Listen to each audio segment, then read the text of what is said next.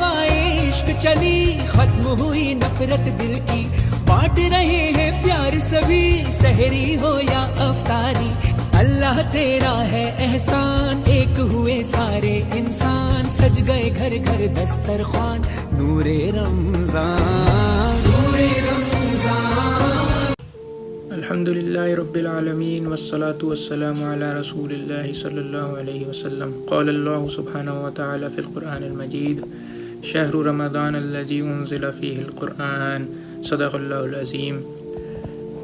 جیسے کہ آپ سب کے علم میں ہے کہ ایک بہت عظیم مہینہ آنے والا ہے، کچھ ہی دن رہ گئے ہیں اس میں، اور اس میں ایک بڑی اپرچونٹی ہے کہ ہم لوگوں کو کچھ نیکیاں کمانے کی توفیق مل جائے۔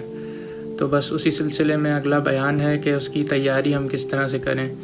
ایک ایگزام سے پہلے جیسے ایک تیاری کرتے ہیں تو ایک طرح کی رمضان سے پہلے ایک ریفریشر ہو جائے گا کہ کیا کرنے کی ضرورت ہے، رمضان میں کیا کریں تو اس سے ہمیں آنے والے مہینوں میں کیا حاصل ہوگا۔ تو اس اپرچونٹی کو مس نہ کریں، جتنے لوگ شرکت کر سکتے ہیں وہ کریں، اپنے دوست احباب اقارب کو بھی اس میں دعوت دیں۔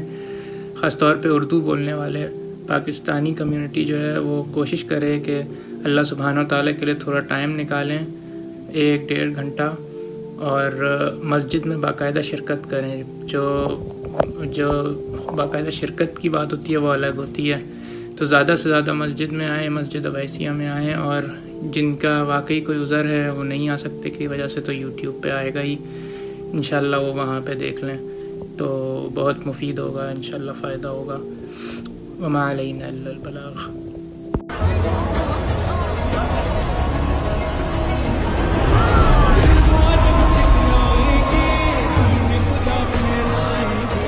مسجد میں